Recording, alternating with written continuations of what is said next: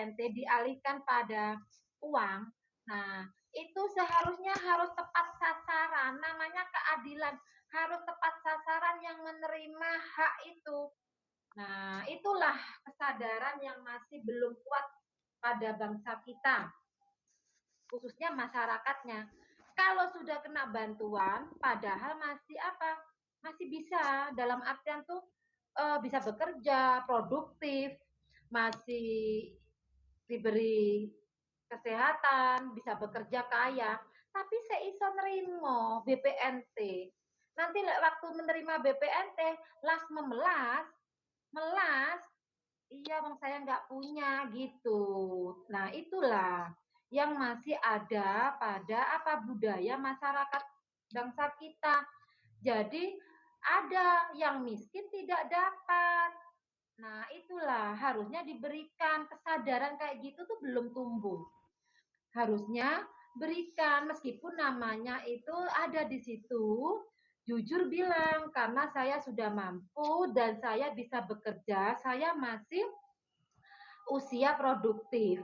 Jadi kalau usia produktif masih mampu bekerja, nah itu keadilan sosial. Memang harus adil yang diberikan itu. Tapi saya temukan di lapangan tidak. Yang miskin tidak dapat, yang lumayan ekonomi menengah ke atas malah dapat. Dapat itu seneng. Saya lihat itu kemarin dapat itu seneng. Setelah ini cair lagi BPNT. Tak lihat itu seneng bahagia. Loh kok nggak takut orang ini katanya namanya ada. Nah, itulah itu juga kesalahan yang sensus dulu. Nah, kalau bicara keadilan sosial ini, karena di sini tuh masuk teori nilai budaya, keadilan sosial bagi seluruh rakyat Indonesia, harus seadil-adilnya, harus dituntaskan untuk siapa hak tersebut. Kalau memang untuk semua warga masyarakat se-Indonesia yang nggak boleh memandang kaya miskin, itu namanya adil kalau semua. Tetapi kalau hanya diperuntukkan oleh masyarakat atau warga miskin, ada tulisannya loh ya, di dinas sosial itu rumah-rumah yang dapat bantuan tuh ada keluarga miskin. Merasa miskin, ya memang harus berhak mendapatkan. Tetapi kalau tidak merasa miskin, mendapatkan itu kembalikan. Nah, kesadaran itu yang belum. Nah, ini teori nilai budaya dari asal mula Pancasila. Bu, Iya, PPT-nya jalan, Bu. belum saya jalankan. Sekarang mau saya jalankan. Oh, enggak, Bu. Belum selesai. Sekarang ini jalan nggak? Belum, Bu. Loh, Belum, Bu. Belum, Bu. Belum jalan, Bu. ini sekarang teori nilai budaya. Apa di situ munculnya? Pancasila Masih dalam pengetahuan slide awal, historis, Bu. Bu. Aduh, bentar. Kok bisa ini? Ada apa juga di sini? Bentar, Bu Ekis keluar dulu. Sudah ya, kelihatan keluar ya? Iya, Bu. Kok bisa nih? Apa sinyal di sini?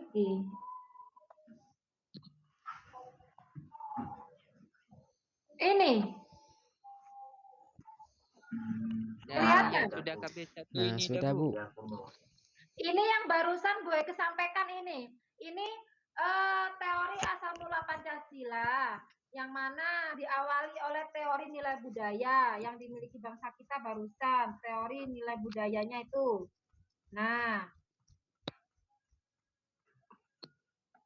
ini muncul? Nah, sudah. Muncul dah, Bu. Lancar dah, Bu. Iya, tapi kalau gue slideshow-nya itu mungkin nggak bisa. Ini saya besarkan dulu. Sudah ya? Iya, Bu. Kelihatan? Kecil, Bu. Tetap belum, Bu. Belum besar, tetap kecil, Bu. Padahal gue besar. Kenapa ini? Pakai browser, Bu. Pakai browser. Ya sama kayak yang kemarin itu.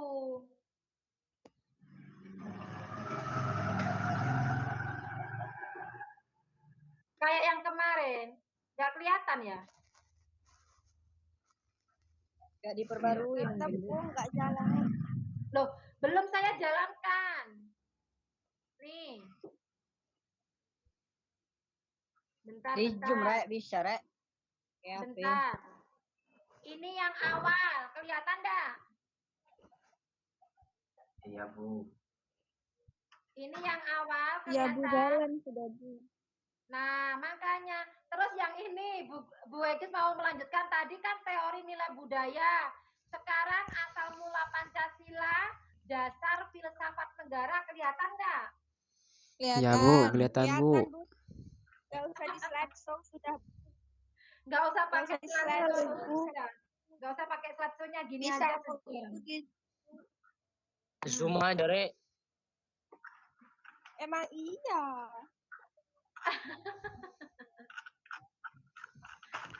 Nah, asal mula Pancasila dasar filsafat negara. Ayo dilihat di situ. Nah, Bu Egis mau tanya, Pancasila itu sebagai apa saja sih? Ini yang B. Pancasila itu sebagai apa saja? Dasar negara. Negara. Terus sebagai apa lagi? Negara. Pedoman hidup bangsa Indonesia. Pedoman hidup. Terus sebagai filsafat. Negara. Sebagai ideologi Bangsa. Nah, sudah tahu semua ya, inilah. Jadi Pancasila itu banyak sebagai dasar negara kita, sebagai falsafat negara, sebagai ideologi bangsa, sebagai apa tadi? Pedoman Hidup. Hidup bangsa Indonesia. hidup Pedoman bangsa negara. Indonesia. Nah, baik. Nah, sebagai dasar negara, filsafat negara. Baik, Bu Egis akan menjelaskan di sini yang di modul itu diambil asal mula Pancasila, dasar filsafat negara di sini. Nah, sebagai dasar filsafat negara. Nah, sebagai dasar filsafat. Jadi di sini, nah dilihat di situ, A.T. Sugito dalam bukunya menjelaskan, coba dilihat di modul, bahwa dalam menjelaskan bahwa Notonegoro ketika membahas asal mula Pancasila dasar filsafat negara mengatakan dalam pembicaraannya di sini mengenai asal mula Pancasila memiliki pengaruh yang sangat penting terhadap kedudukan Pancasila sebagai dasar filsafat atau dasar kerohanian negara. Nah, di sini lihat, segala sesuatu ciptaan atau makhluk yang berada di dalam waktu pasti memiliki proses penjadian, artinya dulunya tidak ada. Penjadian itu dulunya tidak ada, lalu menjadi ada. Nah, seperti itu. Sehingga dapat dikatakan mempunyai permulaan. Sama, proses, permulaan. Yang dulunya itu masih belum ada, itu namanya proses, lalu ada. Nah, itu permulaan. Proses menjadinya ada itu disebabkan oleh sesuatu yang lain yang dinamakan asal mula atau sebab musabab. Nah, ini asal mula di sini. Pancasila sebagai dasar filsafat negara pernah tidak ada, dulu pernah tidak ada sebagai filsafat. Maka mempunyai hal lain yang mengadakan disebut asal mula atau sebab. Pancasila itu terdapat dalam hukum dasar negara.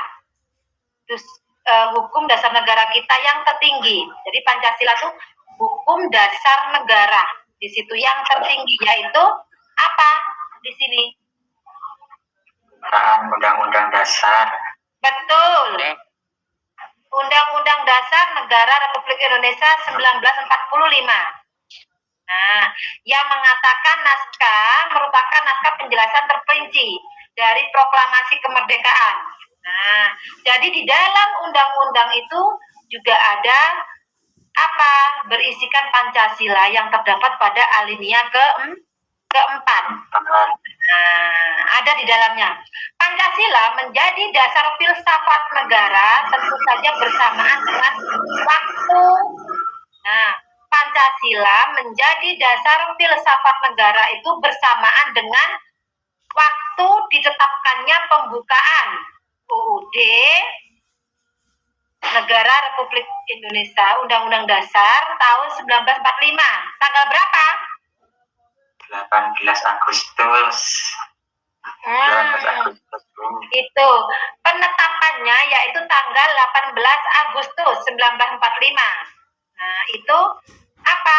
Asal mulanya dari terbentuknya filsafat negara, dasar filsafat negara yang berbarengan dengan pembukaan Undang-Undang Dasar Negara Republik Indonesia.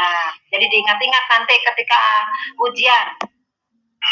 Jadi kedua-duanya dasar filsafat negara dan undang-undang negara itu disahkannya sama. Nah, itu juga mempunyai banyak sejarah. Itu dibaca nanti di situ. Nah, sedangkan di sini yang terkenal, nah ketika di sini itu mempunyai sejarah pembukaan untuk pertama kalinya itu direncanakan waktu itu pembukaan undang-undang direncanakan tanggal 22 Juni 1945 yang terkenal dengan apa? Pembukaannya dulu, pembukaan pertama bukan pembukaan undang-undang, bukan pembukaan pertama dengan Piagam Jakarta. Piagam Jakarta. Ya, dilihat di situ. Lalu Pancasila di sini apa? Setelah itu Pancasila diusulkan sebagai dasar filsafat negara di Indonesia. Nah, itu sejarahnya atau asal mulanya dulu. Di sini Pancasila dasar filsafat negara yang berbarengan dengan apa? Pembukaan undang-undang. Tanggal 18. Itu sebagai dasar filsafat negara. Lalu di sini Pancasila pada hakikatnya merupakan dasar. Berarti kalau dasar itu fondasinya. Dasar, rangka, dan suasana bagi negara dan tertib hukum. Jadi Pancasila itu dasarnya. Dasar rangkanya. Bagi apa? Bagi kondisi negara dan tertib hukum. Jadi dasarnya itu ada pada apa? Pancasila. Nah, seperti itu. Lalu apalagi? Pancasila merupakan asas di sini. Asas yang mutlak bagi adanya tertib hukum di Indonesia. Pada Pancasila harus apa? Tahu di sila-sila berapa. Nah, sekarang Bu Ekis mau tanya, Pancasila merupakan asas yang mutlak bagi adanya tata tertib hukum Indonesia. Nah, ini terdapat pada sila keberapa?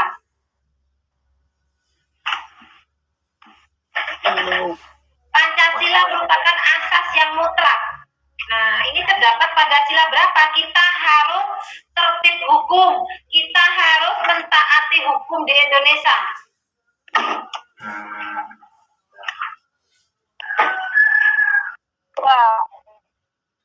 5, Bu. 2, Bu. Ada yang 5, ada yang 2.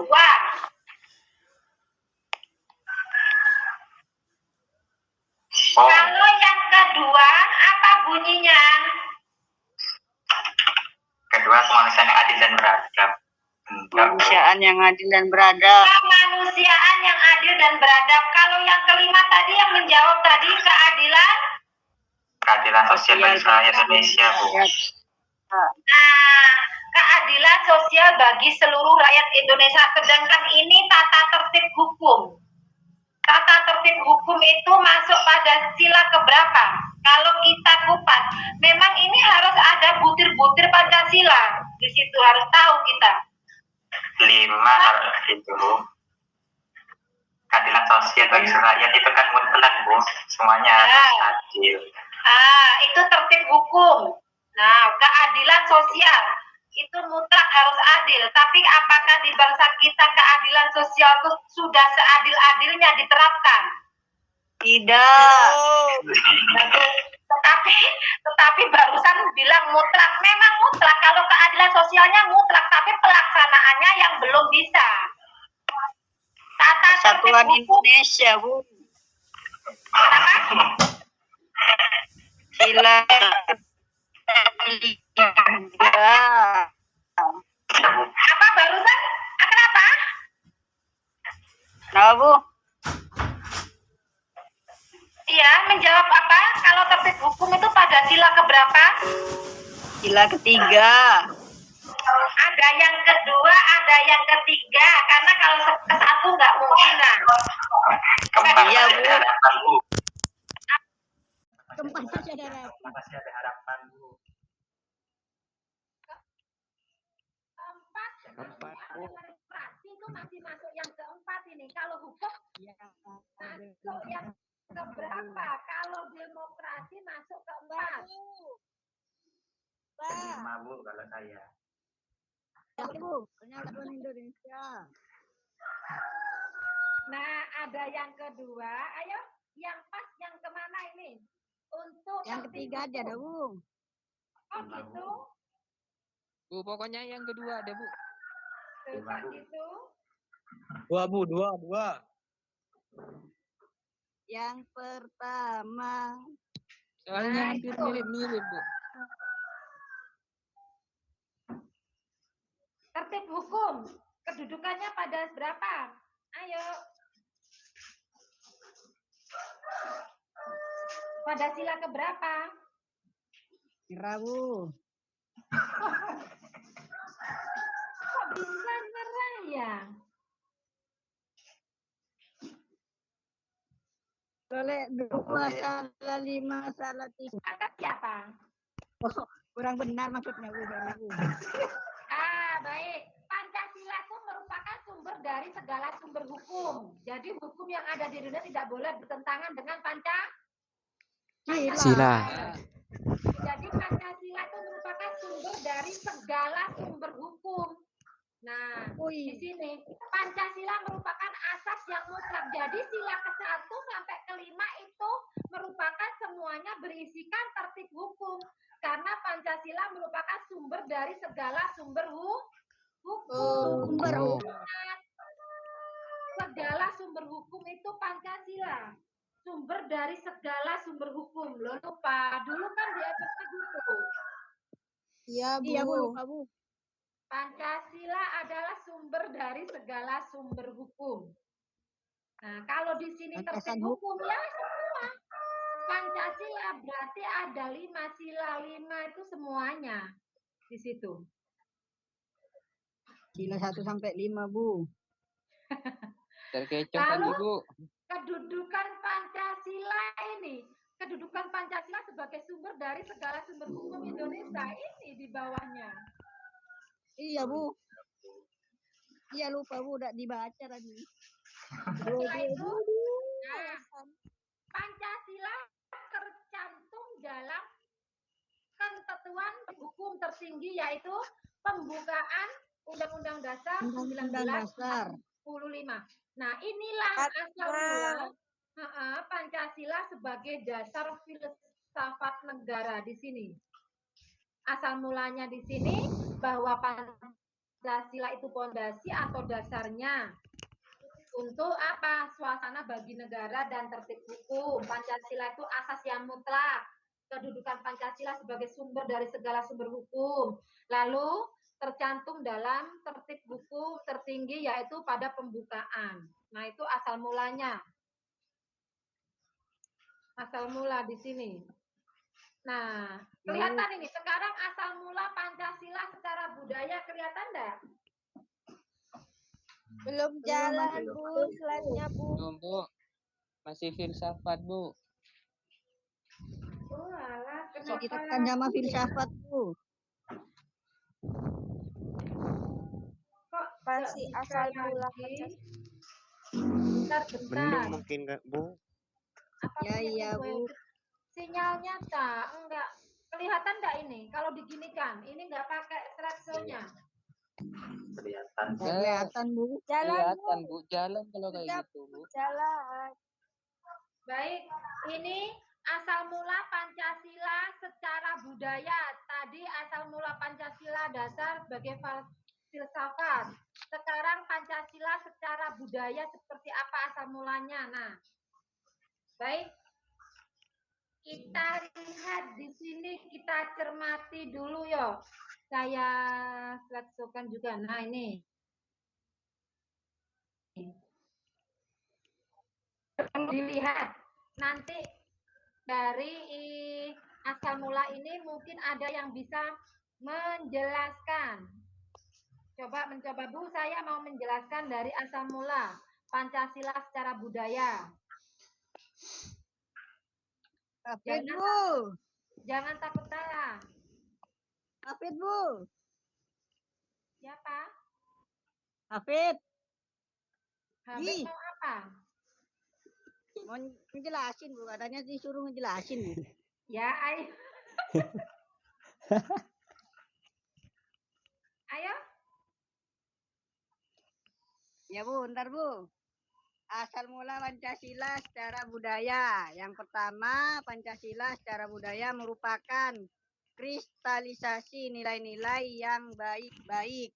Yaitu, apa ya Bu ya? Sejarah bangsa Indonesia itu memberikan bukti yang dapat kita cari dalam berbagai adat istiadat, tulisan, bahasa, kesenian, kepercayaan, agama, dan kebudayaan pada umumnya. Menurut Sunoto 1984. Iya. Terus yang kedua, Tunjaningrat menyatakan bahwa hampir semua tindakan manusia adalah kebudayaan.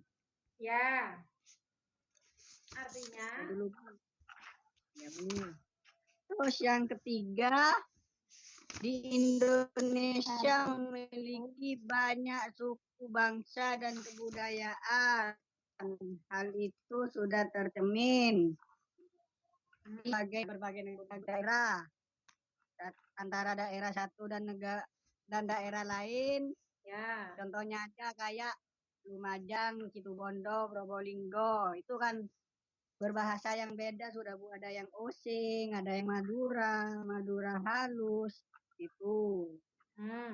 Lalu? Terus yang keempat, Pancasila merupakan serangkaian unsur-unsur yang tidak boleh terputus satu dengan lainnya. Karena di sini ada Pancasila lebih baik sebagai suatu nilai-nilai yang universal digunakan untuk menjadi pedoman dalam kehidupan berkenegaraan dan berkebangsaan.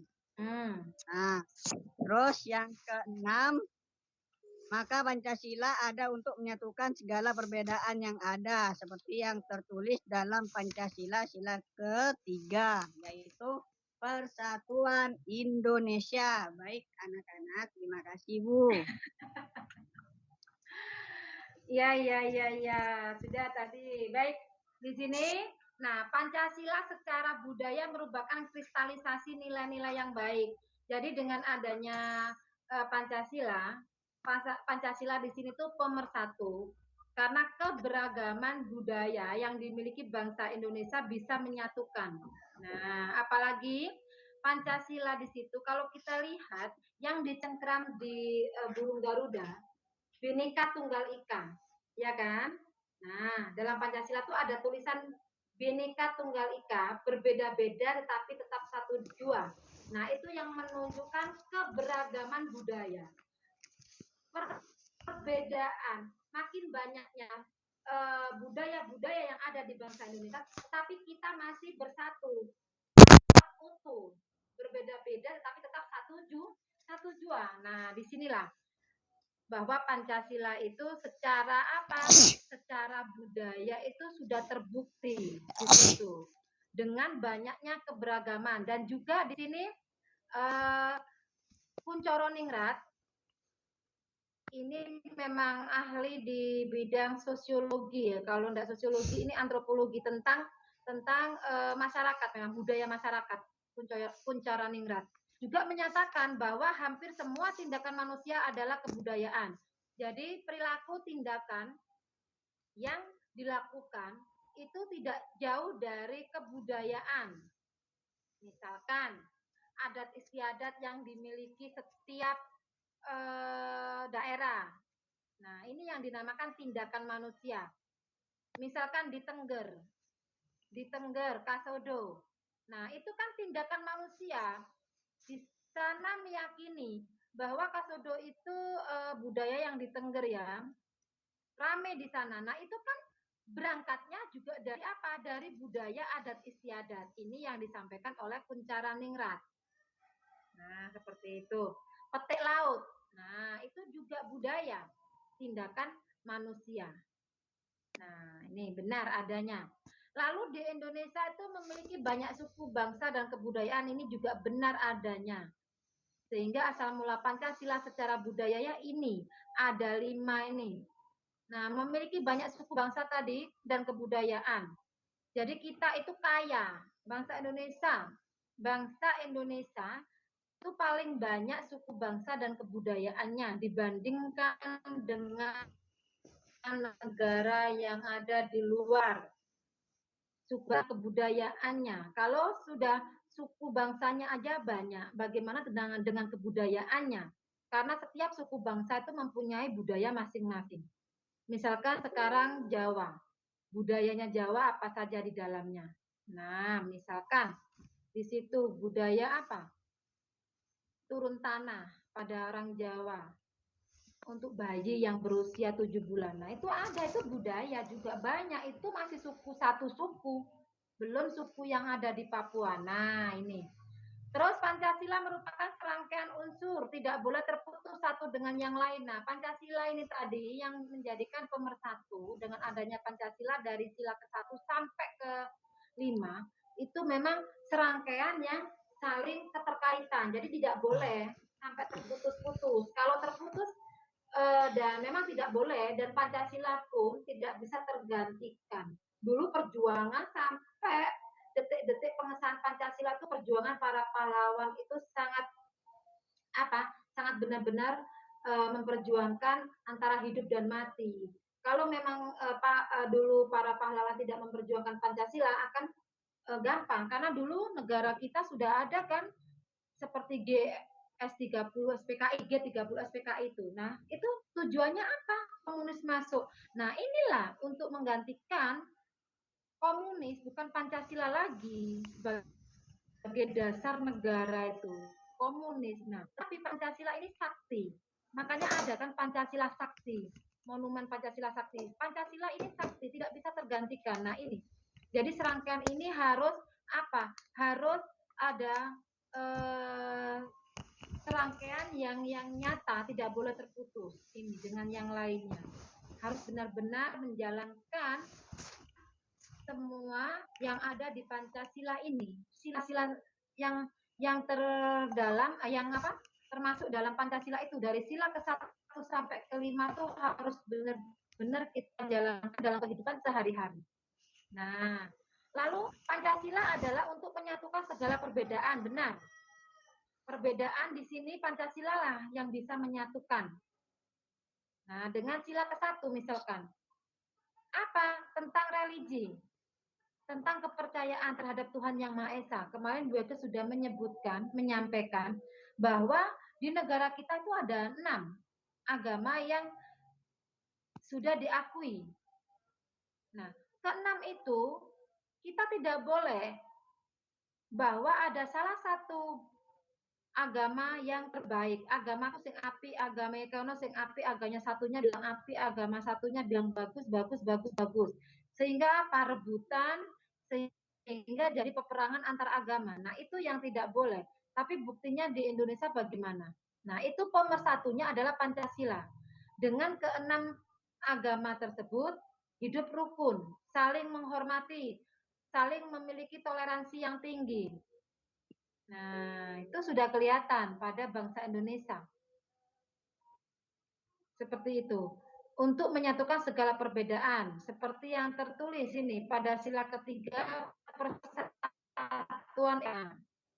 Sudah tertuang bahwa kita harus bersatu tadi. Kita damai, rukun. Ada juga istilah Jawanya guyub, kebersamaan. Nah, seperti itulah asal mula Pancasila secara budaya.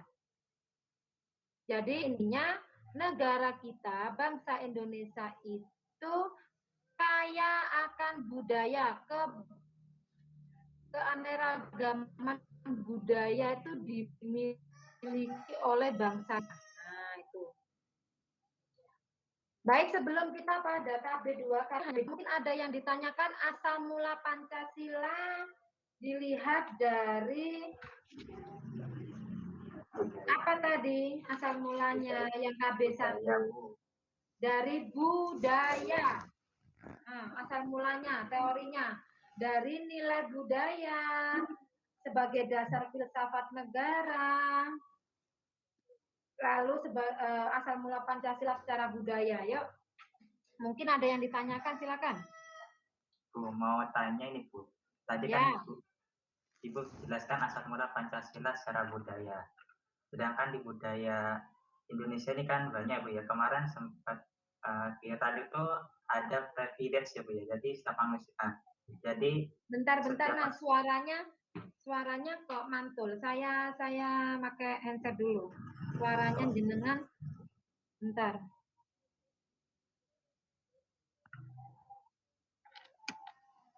Silakan ya. Itu kan di asal mula Pancasila secara budaya Bu ya. Nah, di Indonesia ini kan banyak budaya Bu ya. Salah satu yang kemarin ini yang sempat kami itu kan bahas tentang privilege Bu. Tentang kesetaraan dalam manusia itu Bu. Jadi sana di privilege ada kasta-kastanya Bu. Nah ini gimana Bu? Ini kan sudah agak sesuai dengan budaya yang ada di Indonesia ini. Baik, ada kasta-kasta. Itu budaya yang ada di mana? Kalau kasta berarti kan ada di daerah? Oh, di India Bu. Di India. Bukan di India saja. Kalau di Indonesia, di Bali itu masih menggunakan kasta juga enggak?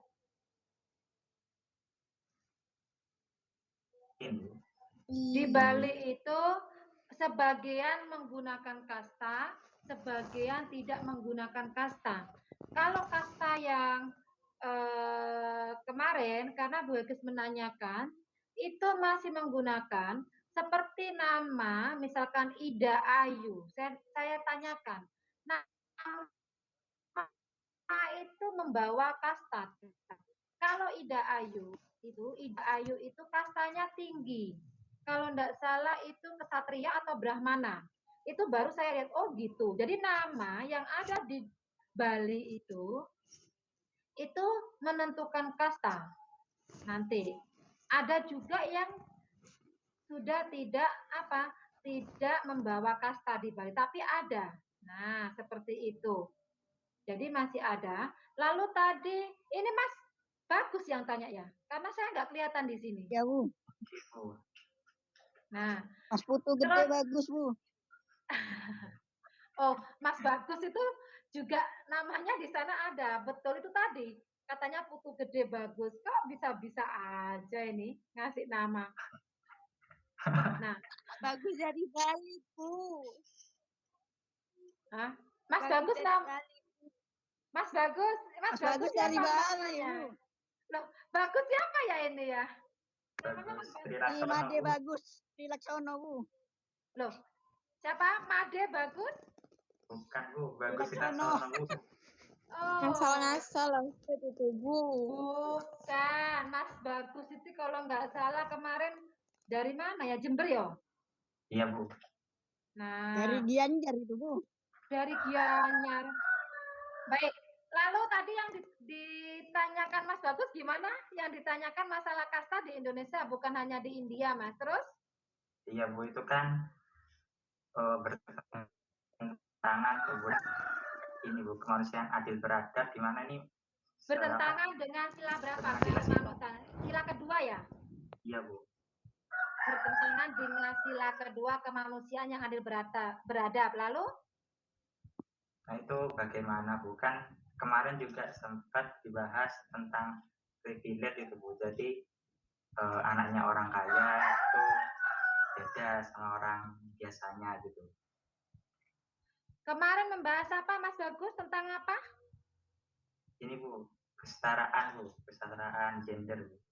Kesetaraan gender, kita tidak boleh membeda-bedakan Karena sekarang ada kesetaraan gender itu semua itu harus sama antara laki-laki dan perempuan itu tetap mempunyai hak yang sama kan seperti itu kesetaraan gender.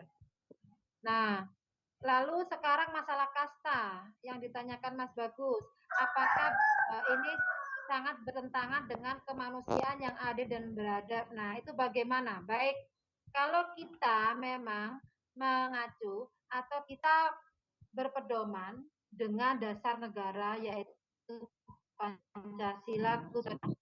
Nah, kenapa Bu Ekes tadi di Bali masih ada? Itu memang di Bali ada dan sebagian itu sudah apa? Sudah menghilang. Dalam artian tuh dihilangkan budaya kasta. Tetapi ada juga kasta tadi yang Bu Ekes sebutkan bagi orang-orang yang tinggi kastanya kesatria atau brahmana itu namanya itu mempengaruhi Ida Ayu, I Gusti, mungkin seperti itu. Nah, itu ternyata masih ada kasta di sana. Tetapi itu tidak berlaku dalam artian itu tidak berlaku untuk masyarakat luas yang ada di Bali, Mas Bagus. Hanya untuk keluarga situ, keluarga hanya keluarga apa ya keluarga yang keluarga di situ aja. Jadi untuk yang lainnya tidak. Buktinya orang tersebut ketika bareng dengan teman-temannya yang kastanya itu rendah, misalkan dengan kasta yang dari tani ya di Bali, itu tetap aja.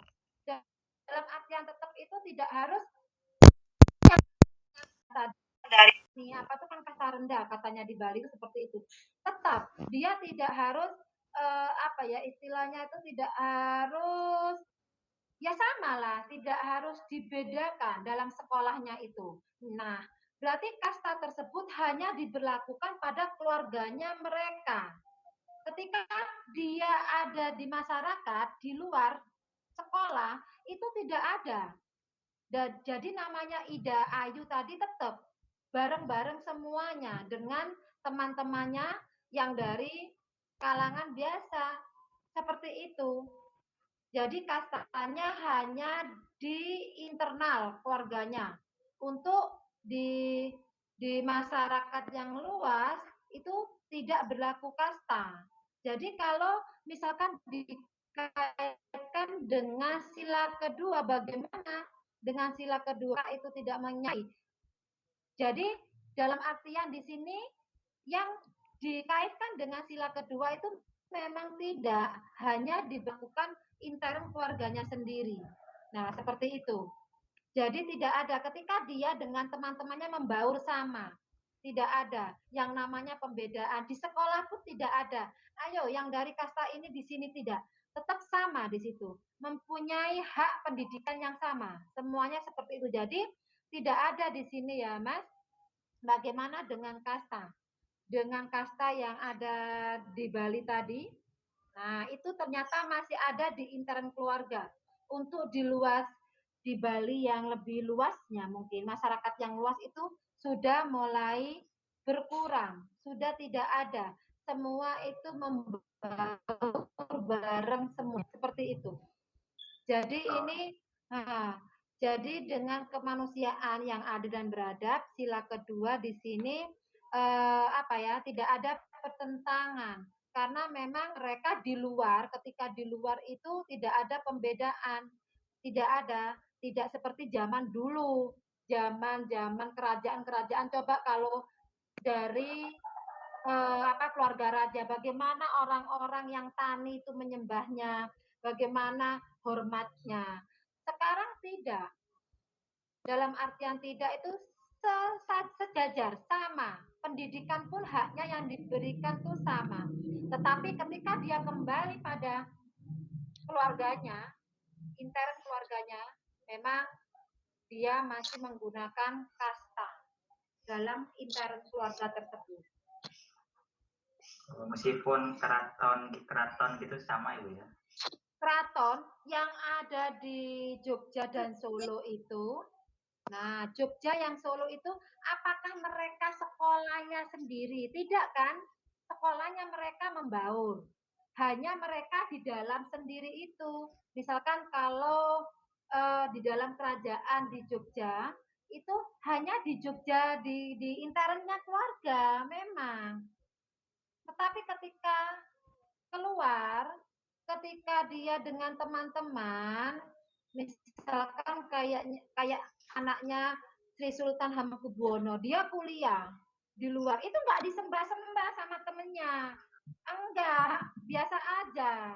Nah, itu yang dilihat. Tetapi ketika dia ada di mana? Ada di lingkup di keluarganya, pasti dia nanti seperti itu. Enggak kok. Dapat perlakuan istimewa. Kenapa? Mendapat perlakuan istimewa. Kalau di dalam keluarganya. Keraton. Tetapi kalau pas dia di luar tidak, dia jalan-jalan aja tidak kok. Waktu jalan-jalan di Malioboro biasa aja, nggak semuanya, nggak kayak yang kita lihat-lihat di apa itu, di kerajaan-kerajaan. Nah, di kerajaan semua itu enggak. Jadi di sini meskipun di Indonesia bangsa kita mempunyai keragaman budaya, ada yang masih kerajaan, ada apa tadi di Bali kasta. Nah, itu akan terbuang dengan sendirinya budaya tersebut itu nanti. Nah, dalam artian terbuang sendirinya tuh di kalangan masyarakat luas sudah tidak ada. Kita sama rata, sama semuanya. Tetapi kalau masuk pada dunia internnya masih ada, masih memperlakukan itu. Nah, di sini yang terpenting adalah ketika nanti berhubungan berinteraksi dengan masyarakat di luar. Jadi tidak ada pembedaan. Nah, di situ ya. Nanti pasal sila kedua itu akan kelihatan ketika berinteraksi berhubungan dengan masyarakat luas bagaimana luas. Apakah masih memperlakukan seperti itu? Berlakunya sistem kerajaan.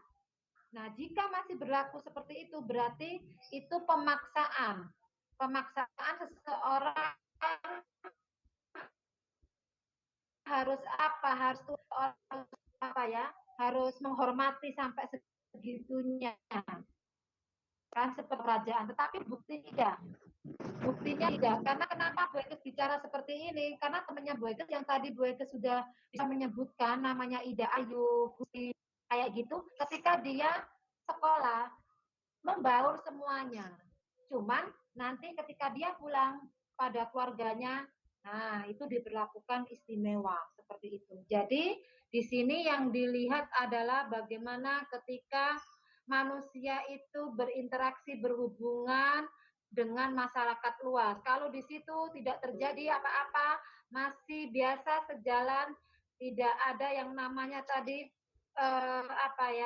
namanya pembedaan atau diskriminasi, akan aman-aman saja, tidak bertentangan dengan sila kedua. Seperti itu ya Mas ya.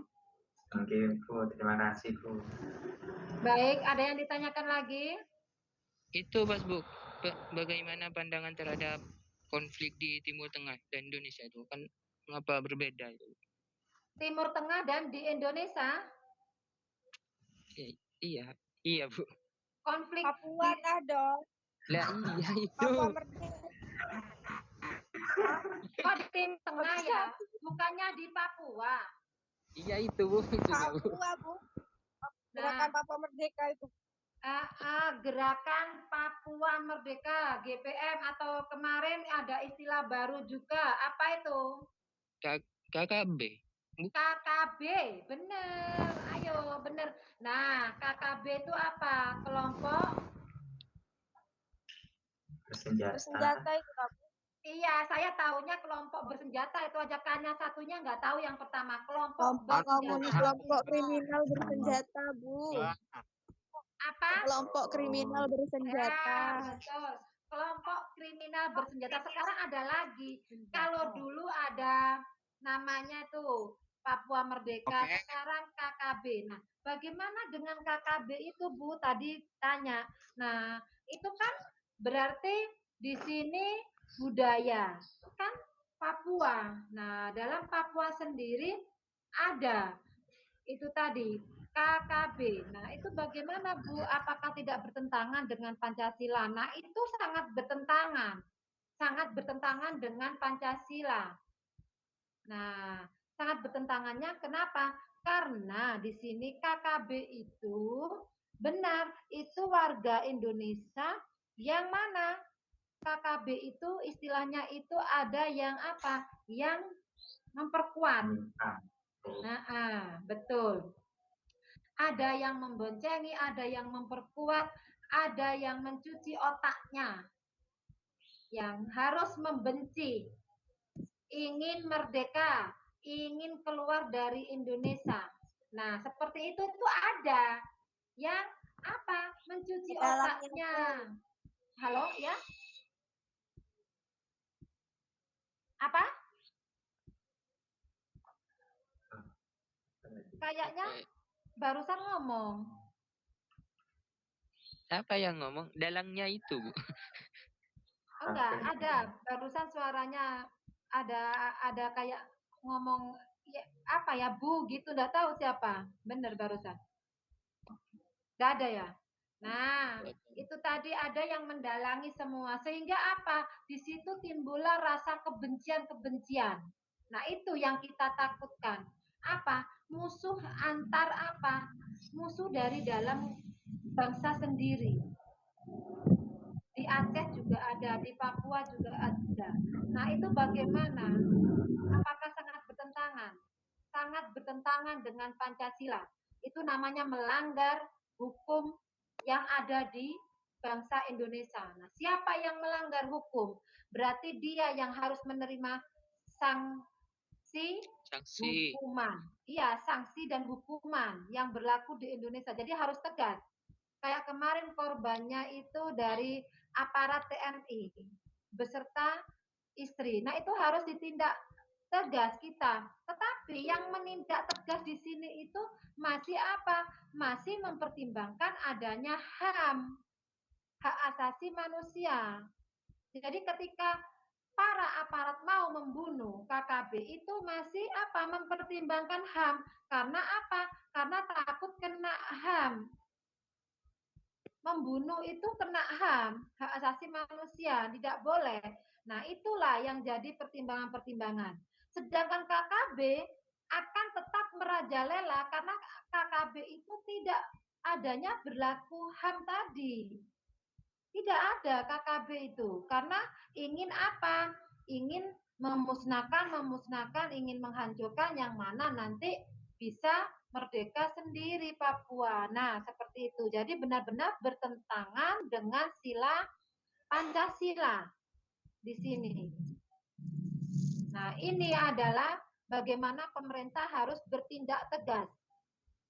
Bertindak tegas untuk apa? Untuk menindak tadi itu para KKB itu harus ditindak karena dia itu disusupi, ada dalangnya, ada yang mencuci otaknya, ada yang menguasai senjata-senjatanya. Oh, dia loh bersenjata, membawa senjata KKB itu langsung ditembak. Berarti sebelumnya dia itu sudah ada pendidikannya menembak itu loh ada, tapi tersembunyi. Nah, kenapa bangsa Indonesia diam saja? Kenapa bangsa Indonesia masih takut dengan HAM? Nah, kalau takut dengan HAM, sedangkan KKB tidak takut dengan siapa-siapa, mampus nanti semuanya yang ada di Papua. Karena apa? Itu tadi, KKB merasa tidak mungkin berani bertindak. Karena itu kena apa? Kena HAM. Semuanya, aparat-aparat seperti TNI, Polri itu, jika dia membunuh, nanti urusannya dengan HAM. Pelanggaran hak asasi manusia, pelanggaran lagi. Nah, di situ pun ada sanksi lagi, banyak sanksi dan sanksi. Seperti itu. Nah, kalau ditanya tadi bagaimana kasus Papua sangat bertentangan dengan Pancasila. Karena apa? Di sini Pancasila sebagai pemersatu bangsa, pemersatu semua kebudayaan, keberagaman budaya, tetapi di Papua malah terjadi apa? Pembunuhan. Malah terjadi tembak senjata seperti itu. Nah, itu sangat bertentangan dan memang harus ditindak tegas, harus ada sanksi yang tegas. Nah, seperti itu. Jadi harus kerahkan semua. Memang kalau mendatangkan semua TNI Polri datangkan, ya sudah di situ. Kalau mau memang diberlakukan HAM, ya sudah. Kalau berlaku HAM seperti ini, jadi nggak bisa bertindak. Membunuh takut HAM. Semua takut HAM, nggak bisa bertindak. Nah itulah. Makanya militer itu sangat berpikir 1000 kali pikir. Mau membunuh KKB itu gampang sebenarnya, tetapi tetap takut dengan HAM, berlakunya HAM. Itu tetap karena saksi-saksi HAM di situ sangat kuat. Nah, seperti itu tadi yang ditanyakan, bagaimana apa bertentangan, sangat bertentangan. Nah, ini merupakan tugas dari pemerintah bangsa Indonesia. Nah, bagaimana untuk menindak adanya KKB ini? Kalau kita sebagai manusia biasa, dalam artian kita tidak tadi terkena HAM, ya pasti akan dimusnahkan KKB itu semuanya. Tapi semua kembali lagi, ketika kita bertindak arogan, kita membunuh, nah nanti urusannya beda lagi. Itulah hukum yang ada di Indonesia, ketentuan yang ada di Indonesia. Jadi semuanya itu harus benar-benar benar-benar dipikirkan semuanya. Ini masih para jenderal-jenderal ya, semuanya akan memikirkan itu karena KKB akan merajalela setelah ini kalau memang tidak ditindak. Akan merajalela, akan membunuh, benar membunuhnya loh seenaknya KKB itu, lebih parah. Jadi sangat bertentangan ya Mas, tadi yang ditanyakan sangat bertentangan dengan Pancasila. Oke, saya mau melanjutkan yang ada yang ditanyakan lagi, melanjutkan KB2. Sudah Bu, lanjut Bu. Iya. Sekarang KB2, asal mula lagi, asal mulanya Pancasila secara formal. Nah, secara resminya, legalnya, formalnya, seperti apa sih Pancasila itu nih? Yang di situ asal mula histori, sejarahnya Pancasila. Seperti apa? Yo, kita buka modul KB2. Asal mula sejarah atau historis Pancasila. Nah, di sini kita lihat unsur Pancasila sendiri berasal dari kepribadian bangsa Indonesia. Nah, seperti apa kepribadiannya itu? Percaya kepada Tuhan. Nah, sila ke-1, ramah dan sopan santun. Gotong royong, satu kesatuan rukun.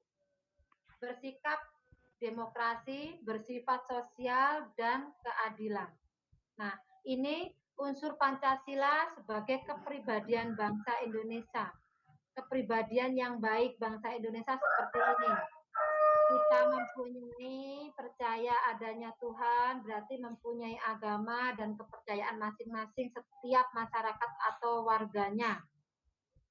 Lalu ramah dan sopan, kita tidak boleh di sini sadis sebenarnya. Nah, kalau yang sadis-sadis tadi Bu, pembunuh tadi seperti KKB itu bagaimana? Nah, itu sudah diboncengi, sudah ada penyusup di situ. Sebenarnya mereka itu ya warga negara masyarakat Papua yang aslinya tuh ramah tamah, dia itu sopan santun. Tapi karena penyusupnya datang, pencuci otaknya datang, provokatornya datang, nah kenalah dia. Hilanglah yang namanya ramahnya, keramah tamahnya hilang. Yang ada itu tadi rasa kebencian. Sudah tidak ingat lagi seperti itu tuh sudah tidak ingat lagi.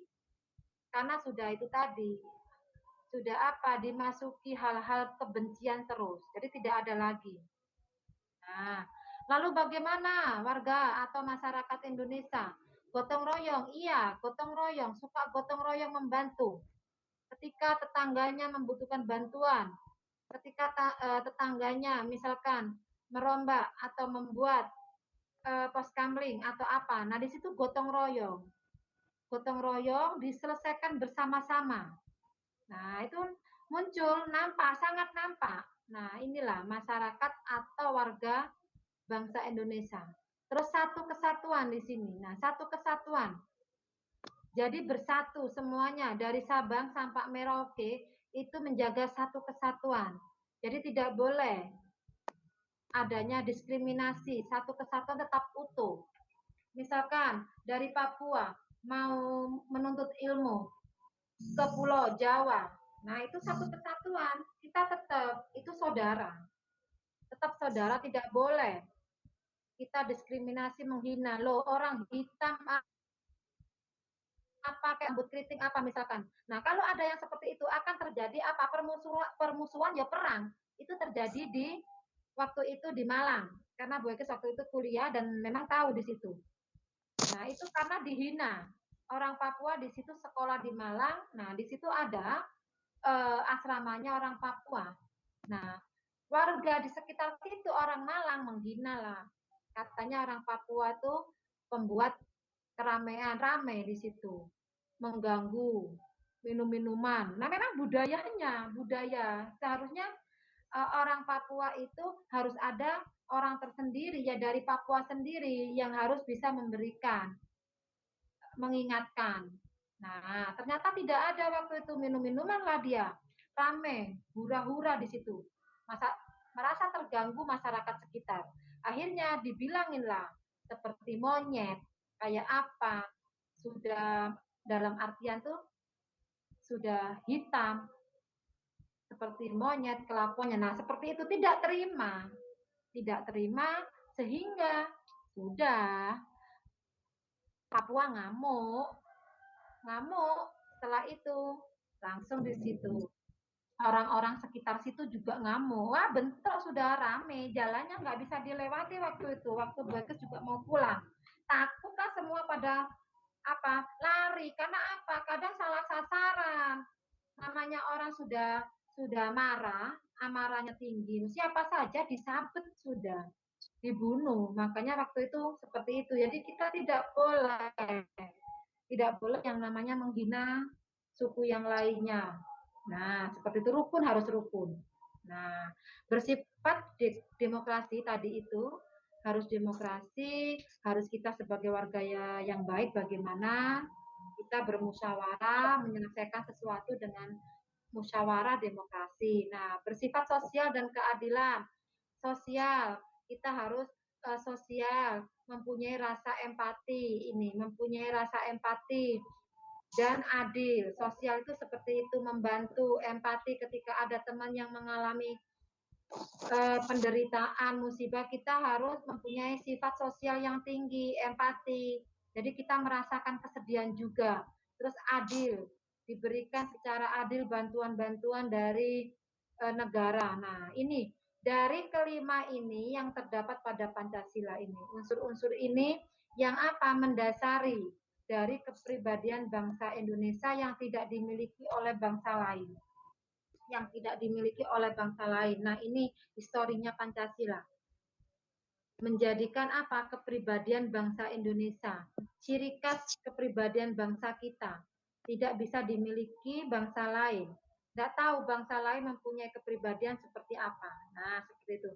Hal tersebut sudah ada dan dilaksanakan jauh sebelum Indonesia merdeka.